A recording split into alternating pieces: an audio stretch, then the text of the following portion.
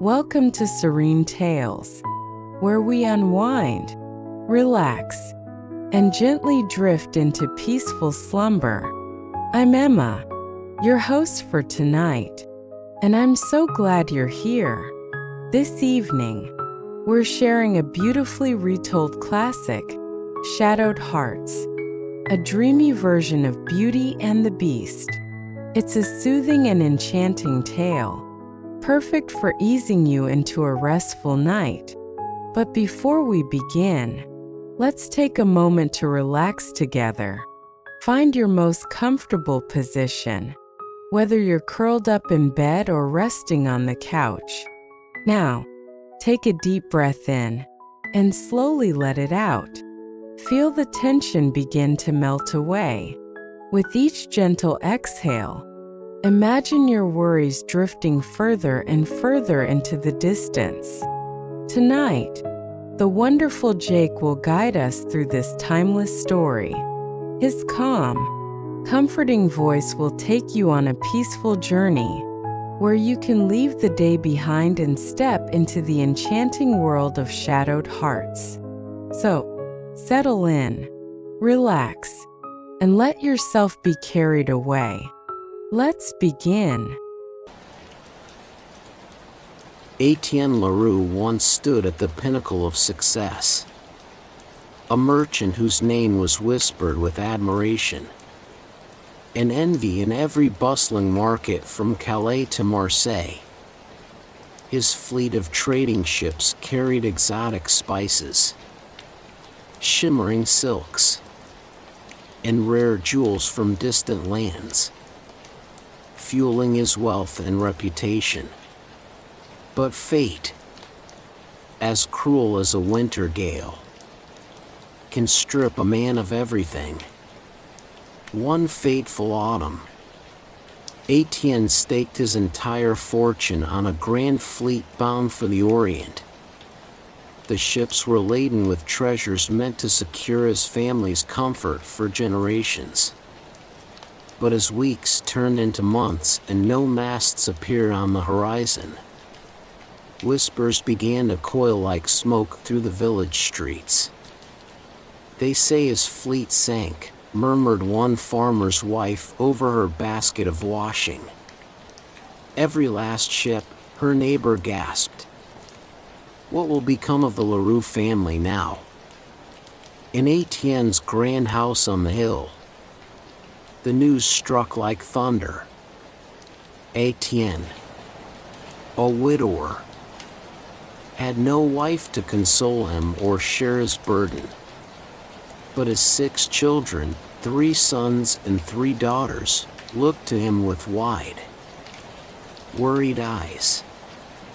One evening, after the creditors had knocked on the door for the 5th time in as many days, Etienne called his children to the parlor. The fire crackled weakly in the hearth, its glow unable to warm the chill of despair that hung in the air. "We've lost it all," Etienne said, his voice hoarse with exhaustion. "The ships, the cargo, the money, it's gone." The eldest son, Roland, slammed his fist on the arm of his chair. "Surely there's something you can do." "Father, speak to your partners. Borrow from the bank." Etienne cut him off with a weary shake of his head. "I've already tried. There's nothing left." His second daughter, Eloise, clutched her pearl necklace, her voice trembling. "Does this mean we'll be poor?" Etienne's youngest, Marguerite, sat silently in the corner, her hands clasped tightly in her lap. At 14, she was too young to understand the intricacies of debt and ruin, but old enough to sense the despair that weighed on her father's shoulders. We'll manage, Etienne said at last, though he didn't believe his own words. We must. Within weeks, the Grand Leroux estate was stripped bare. Fine furniture, gilded mirrors, even Eloise's precious pearl necklace, all sold to settle Etienne's debts. The family carriage, which had once turned heads in the village square, was the last to go. The sight of it being led away by strangers brought tears to Marguerite's eyes. What will we do without it? She asked her father one evening as they packed their belongings into wooden trunks. Etienne placed a hand on her shoulder. We'll walk, ma petite, like everyone else. Their new home was a crumbling stone cottage on the outskirts of the village, tucked into the shadow of a dense, ancient forest. The once proud Leroux children, accustomed to servants tending to their every whim, now found themselves faced with the daunting prospect of fending for themselves. This place is a hovel, Eloise complained as she stared at the sagging roof and overgrown garden. It's what we can afford, Etienne said grimly. And it's better than the street. Roland, the eldest, sniffed disdainfully.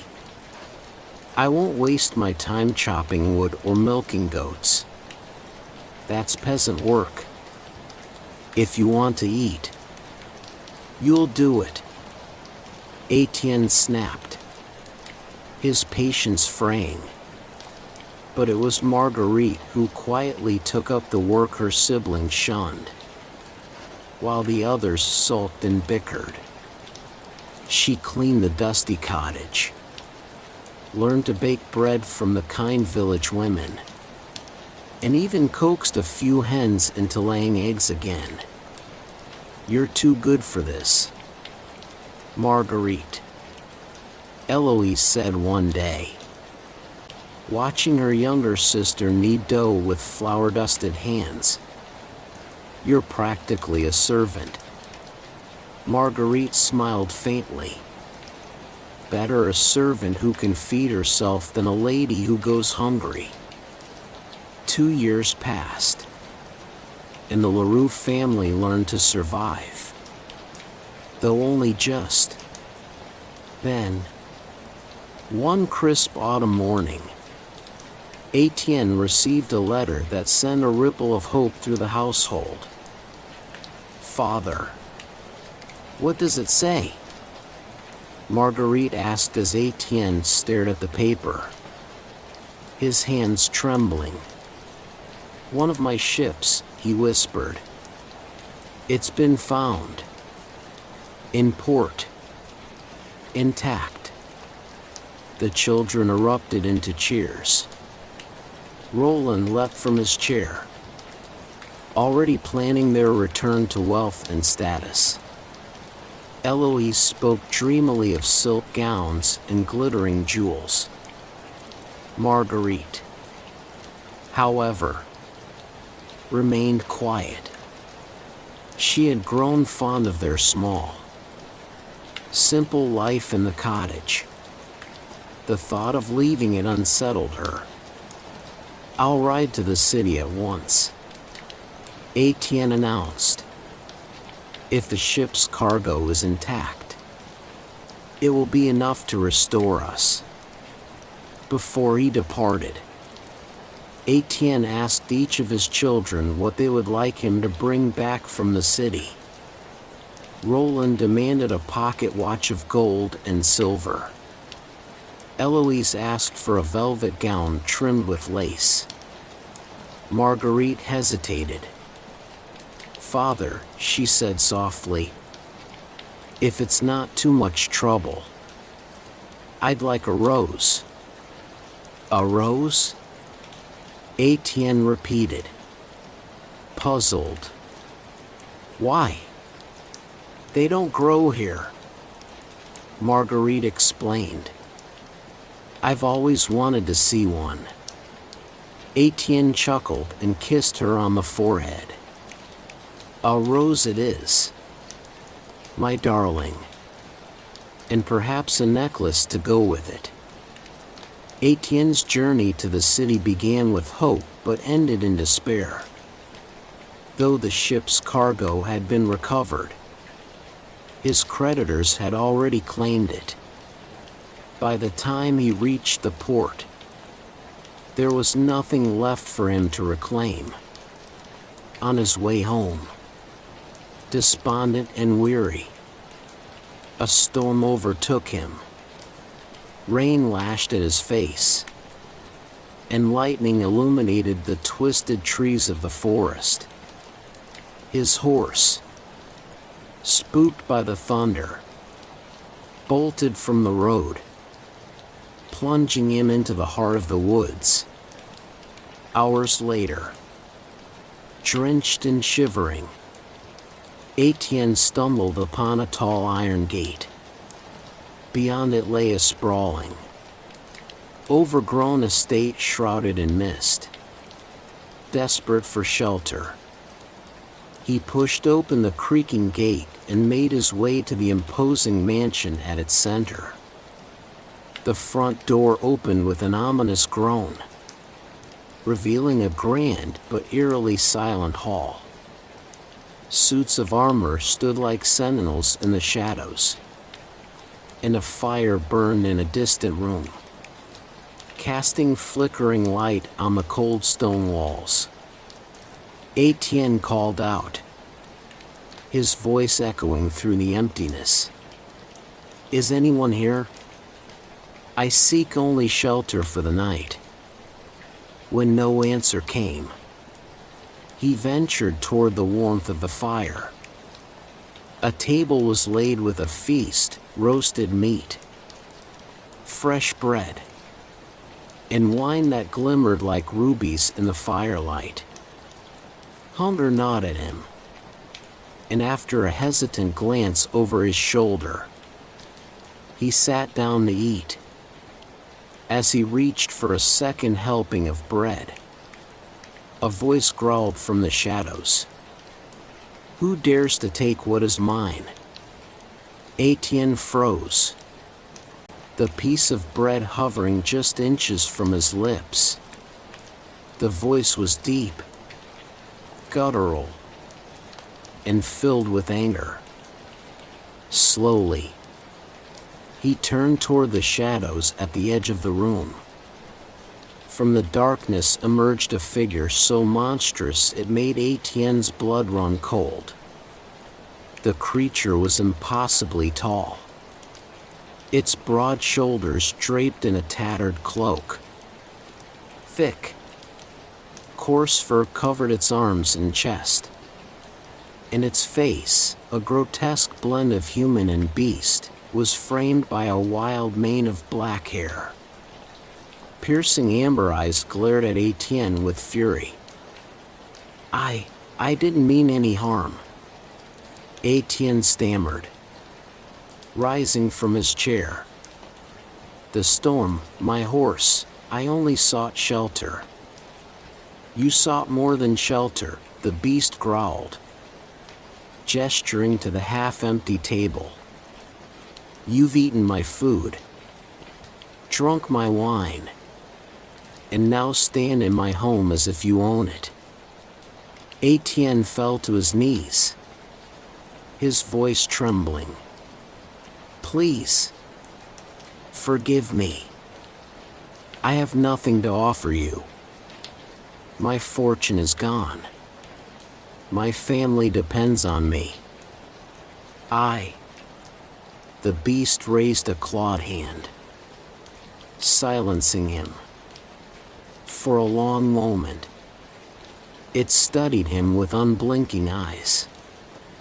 Then, in a voice like grinding stone, it said, You are not the first to trespass here. But unlike the others, You will not leave without paying your debt. Etienne's heart sank.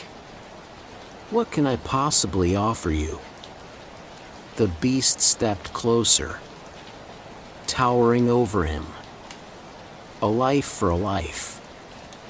Since you value your own so highly, perhaps one of your children would take your place.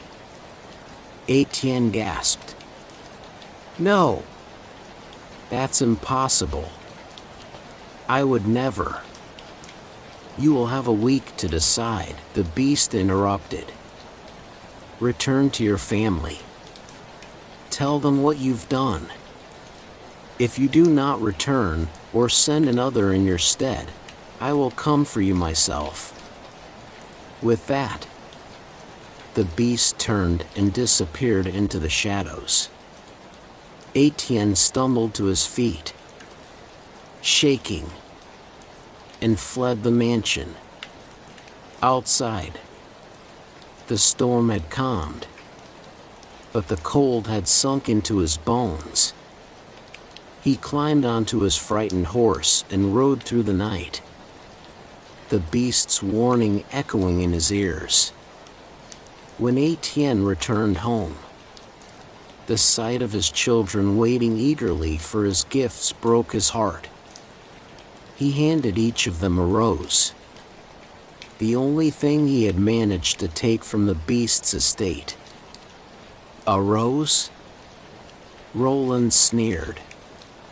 What use is this? Where are the jewels? The fine clothes? Eloise sniffed, holding the delicate bloom at arm's length. This is what you bring us after days of absence? Only Marguerite, who had asked for the rose, accepted hers with quiet gratitude.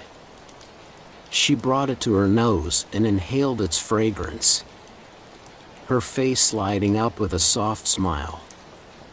It's perfect, Father. Thank you. That night, Etienne gathered his children around the hearth and told them everything: the beast, the bargain, and the impossible choice he faced. His words were met with outrage and fear. You can't go back there, Roland exclaimed. We'll figure something out. We'll hide you. But what happens when the beast comes here looking for him? Marguerite asked quietly. The room fell silent. Finally, Marguerite stood and placed her hand on her father's shoulder. I'll go. Etienne's head snapped up. No, I forbid it. You can't stop me, she said firmly. You said it yourself. Father, the beast wants a life in exchange for his kindness. Let it be mine. Her siblings protested, but Marguerite silenced them with a look. None of you could survive in a place like that. I'm the only one who knows how to cook, how to keep a house. If anyone has a chance of pleasing the beast, it's me. Tears welled in Etienne's eyes. I can't lose you. Marguerite, you're the only one who holds this family together, she finished softly. Exactly. That's why I have to do this. The morning of her departure was gray and overcast. Marguerite packed a small trunk with her few belongings, including the rose her father had brought her. As Etienne hitched the horse to the cart, her siblings hovered awkwardly nearby. You don't have to do this, Eloise whispered, her eyes red-rimmed. Yes, I do. Marguerite replied gently. Take care of father while I'm gone. Etienne and Marguerite traveled in silence, the forest growing darker and denser as they neared the beast's estate. When they reached the iron gates, Etienne hesitated. You can still change your mind, he said, his voice breaking. Marguerite shook her head. No, father. It's done. She climbed down from the cart, her heart pounding as she approached the gates. They groaned open on their own, as if welcoming her into their depths. She turned back one last time, waving to her father before stepping inside. The mansion loomed ahead, its windows dark and uninviting. Marguerite swallowed hard and climbed the stone steps to the front door. Before she could knock, the door swung open, revealing a boy no older than 13. You must be Marguerite, he said with a cheerful grin. I'm Henri. The master's been expecting you. Marguerite blinked, surprised by his friendliness. The master, the beast? Henri nodded. He's not as bad as he seems. Come on. I'll show you to your room. Marguerite followed him inside, her footsteps echoing in the vast, empty hall. Despite its grandeur, the house felt cold and lifeless. Dust coated the furniture, and cobwebs hung in the corners. Henri led her up a grand staircase and down a long corridor lined with portraits of stern-faced nobles. Here you are, Henri said, pushing open a door. The room was simple but clean, with a canopied bed and a small fireplace. A fire crackled in the grate, its warmth a welcome contrast to the chill of the house. Thank you, Marguerite said, setting her trunk down. Henri hesitated in the doorway. The master will want to see you after dinner. Don't worry, he's not so scary once you get used to him.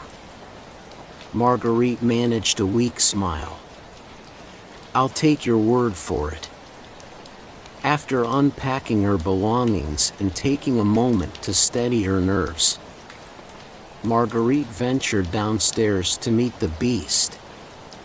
Henri had prepared a simple dinner of roast chicken, bread, and vegetables, which he served in the cavernous dining room lit by a single chandelier. The table stretched endlessly into the shadows, but only 2 places were set at one end. Marguerite sat at her heart pounding. The seat opposite her was empty. The fire in the hearth crackled faintly, the only sound in the oppressive silence. Just as she began to wonder if she had been forgotten, heavy footsteps echoed from the hallway.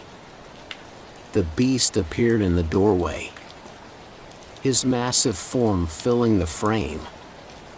He wore a tailored coat that strained against his broad chest, and his amber eyes flickered with something Marguerite couldn't quite name: curiosity, perhaps, or suspicion. You're brave to come here, he said, his deep voice rumbling like distant thunder. He didn't sit immediately, but loomed over the table, studying her. Marguerite straightened her back, meeting his gaze with a calm she didn't feel. It was my choice. My father has done enough for us. It's my turn to carry the burden. The beast tilted his head slightly, as if her answer surprised him.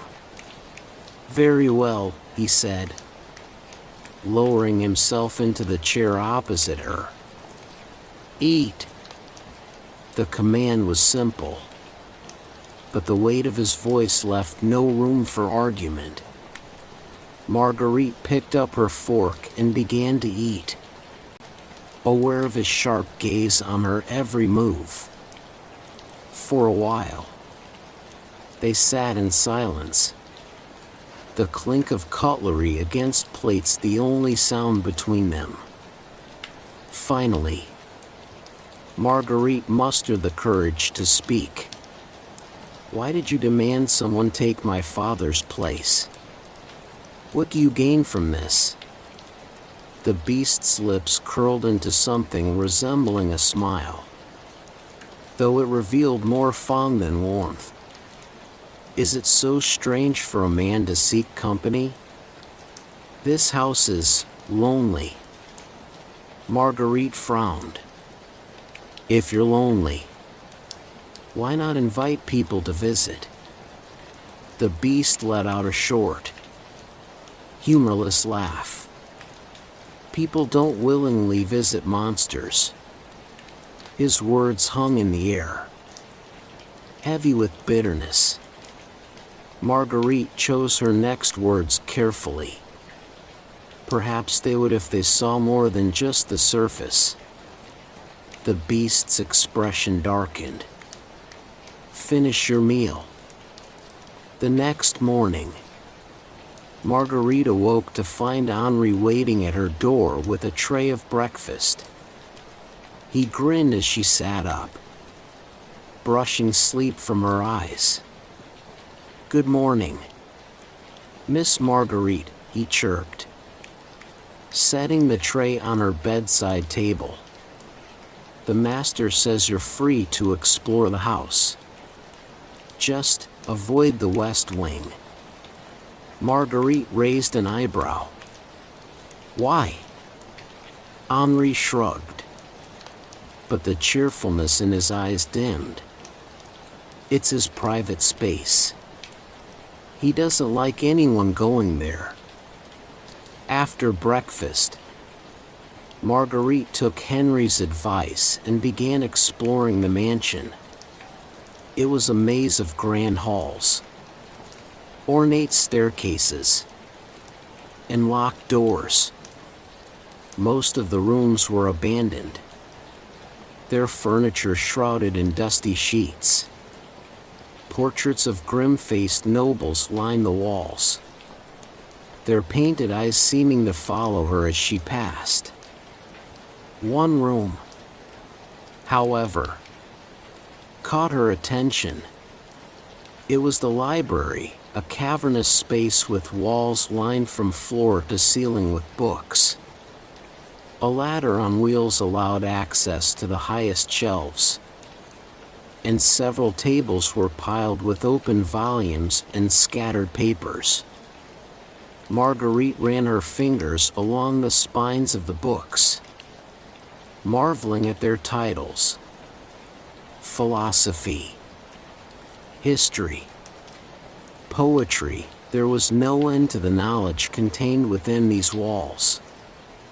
She pulled a book from the shelf and settled into a worn leather armchair near the fire, losing herself in its pages. It was here that the beast found her hours later. His heavy footsteps startled her, and she looked up to see him standing in the doorway. You like to read, he observed, his voice softer than it had been the night before. Yes, Marguerite replied, closing the book. This library is incredible. Do you read often? The beast stepped into the room, his claws brushing the edge of a nearby table. I've read every book in this room, he said quietly. When you've lived as long as I have, There's little else to do." Marguerite hesitated. "How long have you lived here?" The beast didn't answer immediately. Instead, he turned to a table piled with books and picked up a worn leather volume. Too long. Over the following days, Marguerite fell into a routine. She cleaned and organized the parts of the mansion that were still in use, cooked meals with Omri, and spent her evenings reading in the library. The beast was often present, though he rarely spoke. When he did, his words were sharp and guarded, as if he was afraid to reveal too much. One stormy evening, as thunder rolled through the forest, Marguerite decided to press him for answers. They sat by the fire in the library, the beast staring into the flames while she turned the pages of a book. "Why do you hide yourself away here?" she asked. Breaking the silence, the beast's claws tightened on the arm of his chair. "You wouldn't understand. Try me." He turned to her, his amber eyes glowing in the firelight. For a moment, Marguerite thought he might lash out. But instead, he leaned back with a heavy sigh. "Years ago, I was different. A man, like any other. But I was vain, selfish, cruel. One night, a stranger came to my door, a woman, old and weathered. She asked for shelter, but I turned her away." Marguerite's breath caught. "What happened?" The beast's lips twisted into a bitter smile. "She cursed me. She said my face would reflect the ugliness of my soul until I learned the meaning of true humanity." "And have you?" Marguerite asked gently. The beast didn't answer. Instead, he rose abruptly and left the room, his heavy footsteps echoing down the hall. The days turned to weeks, and Marguerite grew more curious about the mansion's secrets, particularly the forbidden West Wing. One afternoon, when the beast was away, she decided to explore it. The corridor leading to the West Wing was darker than the rest of the house, its windows covered by heavy drapes. The air felt colder here, as if the shadows themselves held a chill. At the end of the hall was a door, its iron handle gleaming in the dim light. Marguerite hesitated, her hand hovering over the handle. Then, summoning her courage, she turned it. The room beyond was unlike any she had seen before. It was filled with strange artifacts, cracked mirrors, ancient tapestries, and a single pedestal in the center of the room. On the pedestal rested a rose, encased in glass. Its petals glowed faintly, as if lit from within. Marguerite stepped closer, mesmerized. The rose was the most beautiful thing she had ever seen. But something about it felt wrong, as if it didn't belong in this world. "What are you doing here?" The beast's voice thundered through the room, and Marguerite whirled to find him standing in the doorway, his eyes blazing with fury. I was curious," she stammered. I didn't mean. Get out, he roared, his claws slicing through the air. Marguerite fled, her heart pounding. She didn't stop running until she was safely back in her room. That night, as she lay awake in the darkness, her mind returned to the glowing rose and the anger in the beast's eyes. Whatever curse bound him, Marguerite realized, the rose was the key. The next morning, Marguerite awoke with a heavy heart. Her curiosity about the rose had only deepened, but she knew she had angered the beast. She found Henri in the kitchen, kneading dough for bread, his usual cheerful demeanor muted. "Good morning, Henri," she greeted, attempting to sound normal. Henri glanced at her, his brow furrowing. "The master is upset." "I know," Marguerite admitted, sitting at the table. "He caught me in the West Wing." Henri froze, his hands pausing mid-knead. "You went to the West Wing?" His voice was a mix of shock and fear. "That's his most guarded place. He never lets anyone in there." "I didn't mean to upset him," Marguerite said softly. I saw the rose. There's something strange about it. Isn't there?" Henri hesitated, then leaned closer, lowering his voice. "I don't know much, but I've heard whispers. The rose is tied to the curse. As long as it blooms, the master remains the way he is. But if it dies..." He cut himself off, shaking his head. "Best not to talk about it. The master doesn't like anyone asking questions." Before Marguerite could press further, the heavy sound of the beast's footsteps echoed through the hallway. Henri quickly returned to his work as the door swung open. The beast entered, his expression guarded. "We need to talk," he said, his voice firm but not angry. "Come with me." Marguerite followed him to the library, her heart pounding. He gestured for her to sit in one of the armchairs by the fire, then stood before her, his arms crossed. "I've been lenient with you," he began, his tone measured. "But the West Wing is off limits. Do you understand?" "Yes," Marguerite said, her voice steady. "I'm sorry for intruding." The beast studied her for a moment, then sighed and sank into the chair opposite hers.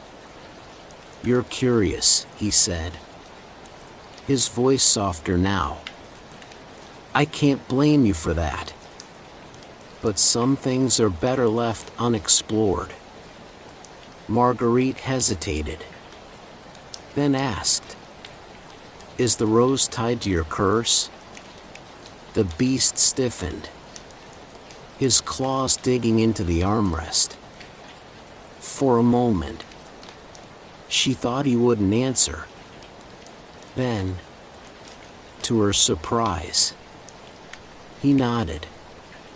"It is," he admitted. "The rose is a reminder of my folly. It blooms as long as the curse holds. When the last petal falls," he trailed off, his gaze distant. "What happens when it falls?" Marguerite pressed gently. I cease to be, he said simply. The rose is my life. Over the weeks that followed, Marguerite and the beast settled into a tentative peace. She worked diligently to restore life to the neglected mansion, while the beast slowly opened up to her. Their conversations, which had once been guarded and brief, grew longer and more personal. One evening, as they sat by the fire in the library, the beast surprised Marguerite by asking her a question. "Why did you agree to come here?" he asked, his voice quieter than usual. Most people would have run as far as they could. Marguerite looked at him, her expression thoughtful. "My father sacrificed so much for us after he lost everything. I couldn't let him bear this burden too." And she hesitated, then added, "I suppose I've always wanted to prove that I'm more than just the youngest daughter, that I can be strong." The beast regarded her for a long moment, then nodded. "You are strong. Stronger than most people I've met." Marguerite smiled faintly. "Thank you. And what about you?" she asked. "Do you ever think about leaving this place? Starting fresh somewhere else?" The beast's lips curled into a bitter smile. "This mansion is my prison. I wouldn't be welcome anywhere else." Marguerite frowned.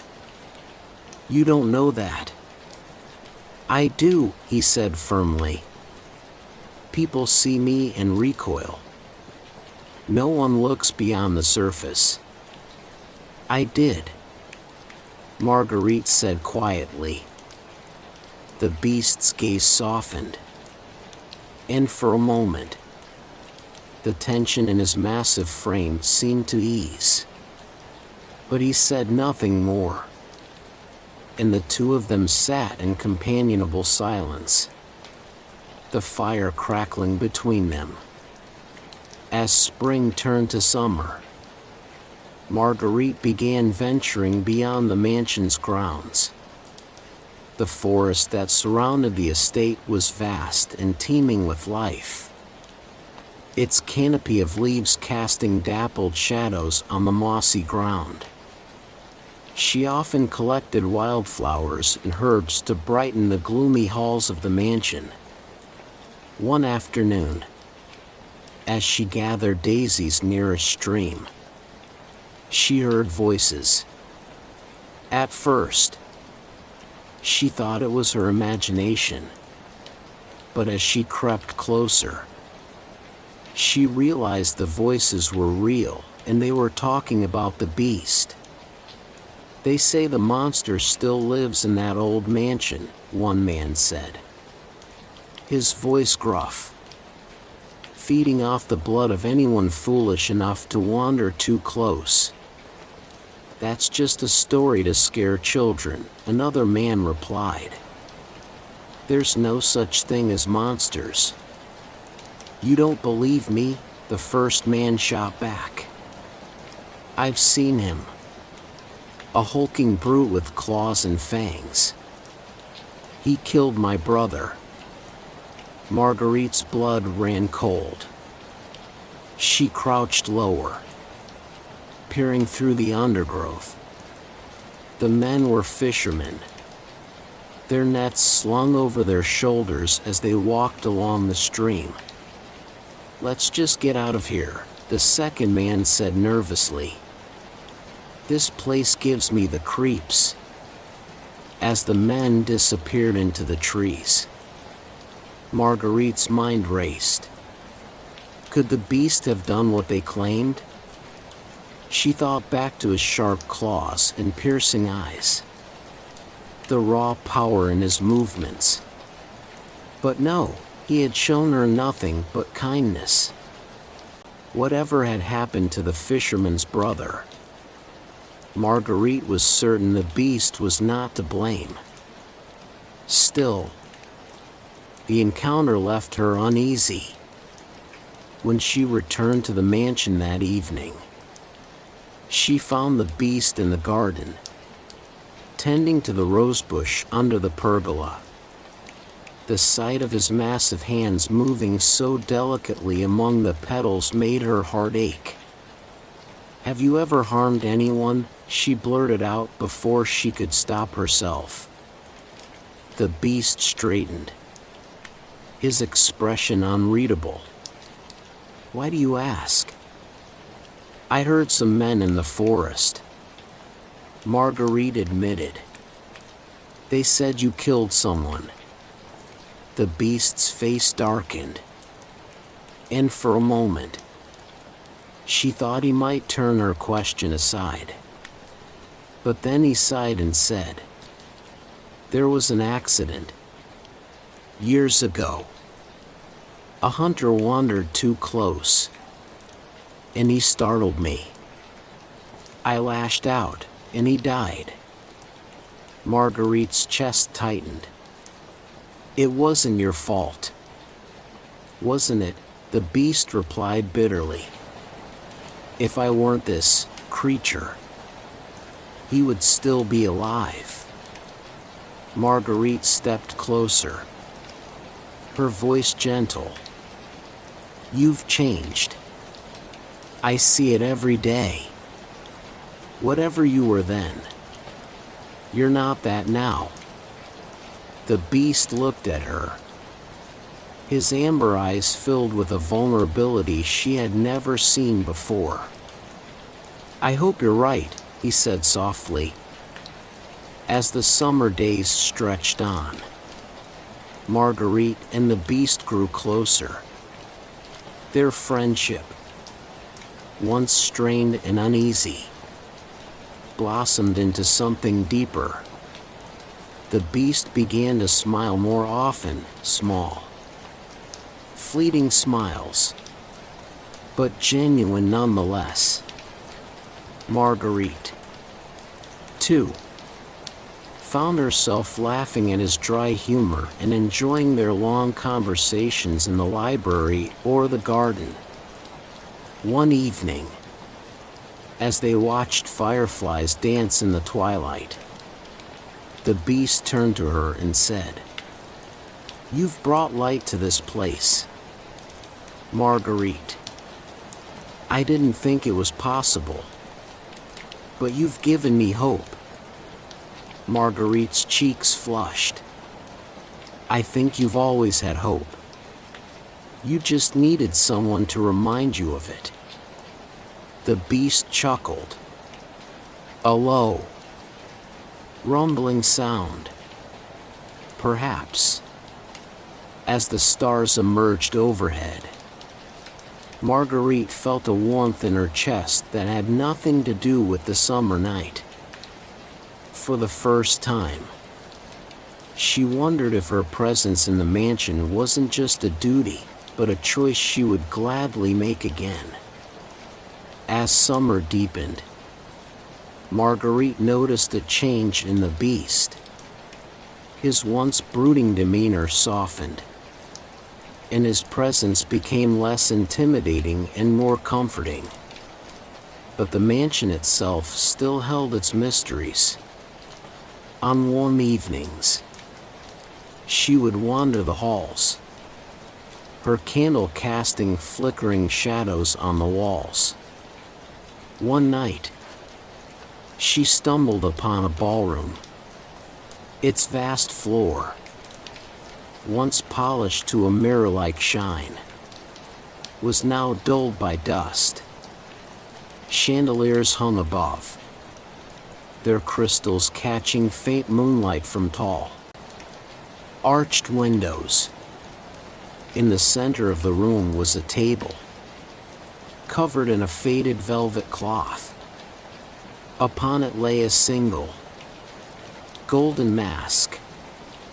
Curious, Marguerite lifted the mask. The metal was cold and smooth. The design intricate, whirls and flourishes that seemed to shimmer in the dim light. A memory tugged at her mind, the portraits in the hallway. The faces of long-dead nobles wearing similar masks. "Leave it," the beast's voice growled from the doorway, making her jump. He stood in the shadows, his amber eyes gleaming. "It belongs to the past." Marguerite placed the mask back on the table carefully. "What happened here? This room feels frozen in time." The beast stepped closer, his claws flexing at his sides. "This was once a place of joy," he said quietly. "There were dances, music, laughter. But it all ended when the curse began. The masks, they remind me of who I was." "And who are you?" Marguerite asked, her voice barely above a whisper. "A man who didn't deserve the kindness he was given," he replied. "That's all you need to know." One stormy evening, a knock echoed through the mansion.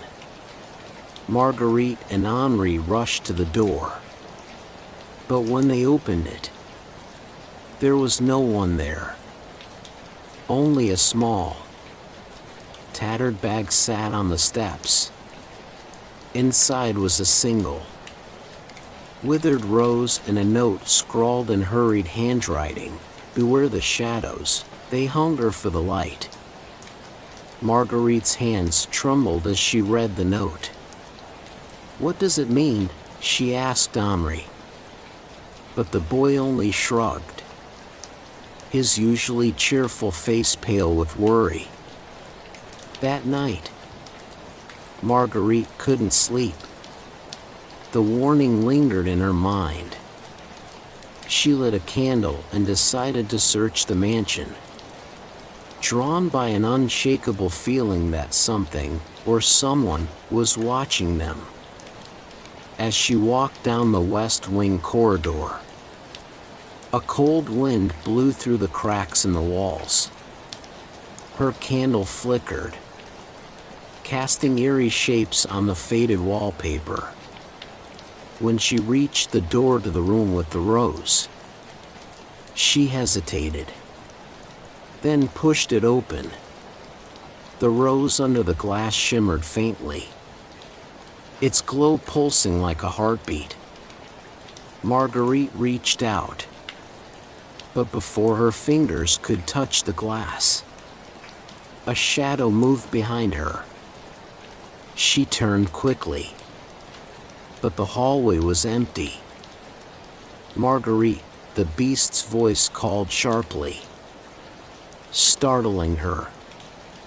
She spun to find him standing in the doorway, his expression a mix of anger and fear. "You shouldn't be here." "I felt something, someone," she stammered. "The rose, there's something protecting it." The beast's face darkened. "The shadows of this house are alive," he said grimly, "and they do not welcome intruders." The warning about the shadows haunted Marguerite. She began to notice strange occurrences, whispers in empty rooms, flickering lights, and the sense of being watched.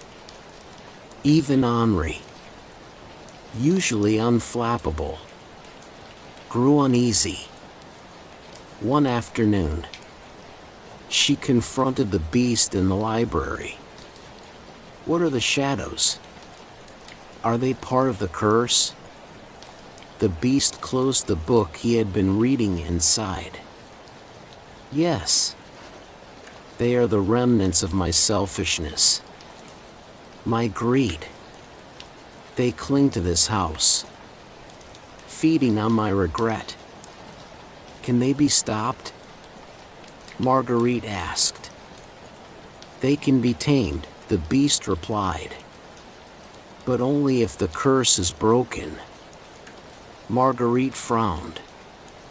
And how is the curse broken? The beast hesitated.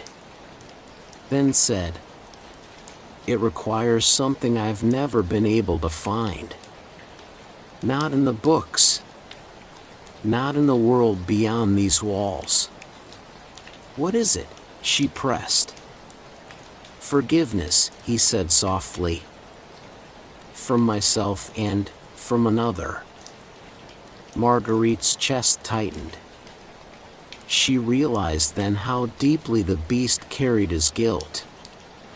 How much he longed for redemption. You've changed, she said gently. You deserve to be free. The beast looked at her. His amber eyes filled with a fragile hope. Do I? The summer passed in uneasy peace. But the shadows grew bolder. One night, as Marguerite slept, she awoke to find her room shrouded in darkness. The candle by her bedside had blown out, and the air felt heavy. Who's there? She whispered, her voice trembling. The shadows moved, coalescing into a vaguely human shape. A voice hissed from the darkness, the light cannot save him. Leave, or be consumed. Marguerite scrambled out of bed, her heart racing. She ran through the halls, her bare feet slapping against the cold stone. The shadows chased her, their whispers growing louder.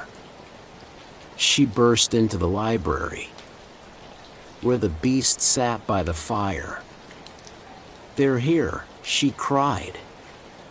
The beast stood, his massive form towering over her. Stay behind me. The shadows surged into the room, their shapes twisting and writhing. The beast roared, a sound that shook the very walls. He fought the shadows, his claws tearing through the darkness. But they kept coming, their whispers turning into deafening screams. Stop! Marguerite shouted, stepping forward. Take me instead. The shadows froze, their forms flickering like dying flames. The room fell silent. Marguerite. No, the beast said, his voice filled with anguish. She turned to him, her eyes shining with determination. If my life can save yours, then so be it. The shadows began to close in around her. But before they could touch her, the beast roared again, his voice filled with desperation. No! I won't let you. With a blinding flash of light, the shadows vanished. The room fell silent, save for the crackling of the fire. When Marguerite opened her eyes, she was lying on the library floor. The beast was beside her, his breathing ragged. But something was different. His fur was gone, replaced by smooth skin. His claws had become hands, his fangs now a gentle smile. Antoine, Marguerite whispered, recognizing him from the portraits in the mansion. He looked at her, his amber eyes now warm and human. You broke the curse, he said softly. Marguerite sat up, confusion and relief washing over her. How? Your sacrifice, Antoine said. You were willing to give everything for me. That's what the curse needed, a love that saw beyond the surface. Tears filled Marguerite's eyes. I didn't want to lose you. Antoine smiled, his hand brushing hers. And now, you never will. With the curse lifted, the mansion transformed. The shadows faded. The halls filled with sunlight, and the overgrown gardens burst into bloom. Henri, delighted by the change, danced through the halls, singing old village songs. Marguerite and Antoine walked through the garden one evening, the air filled with the scent of roses. The pergola, once a place of sorrow, was now a place of joy. Will you stay? Antoine asked, his voice filled with hope. Marguerite smiled. Where else would I go? This is my home. As the sun set, casting golden light over the mansion, Marguerite and Antoine stood together, their hands intertwined. The shadows of the past had been banished, replaced by a future filled with light. And so, in the heart of a once-forgotten mansion, a love that transcended curses and shadows began its brightest chapter. You've just listened to the story Shadowed Hearts. Please share your thoughts in the comments section below. We hope you continue to enjoy and support our channel, Serene Tales. Don't forget to like and subscribe so we can bring you even more calming and enchanting stories. Turn on notifications to catch the latest uploads. And feel free to share this story with your loved ones if it brought you peace. Once again, thank you, and we wish you a restful and peaceful night.